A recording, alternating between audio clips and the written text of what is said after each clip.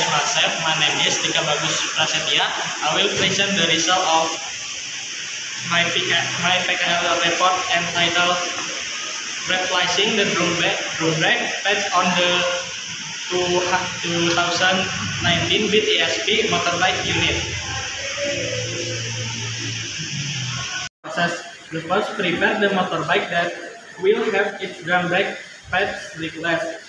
2. Prepare the tools to be used. Next, open the front exhaust ball using a TK10. 4. Once upon, open the exhaust ball on the right using the TK14. Next, after the exhaust is open, remove the well using the impact and 24 soft wrench. Next, release the brake settings using the TK14. After everything is open, remove the old drum brake pads. After that, sand the drum using coarse sandpaper, then spray using compressed air. After that, install the new drum brake pads. Reset the brake setting using the TK14.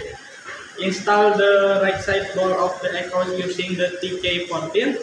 After the side is installed, then install the front exhaust ball using the TK10. Drum brake pads are ready to be used.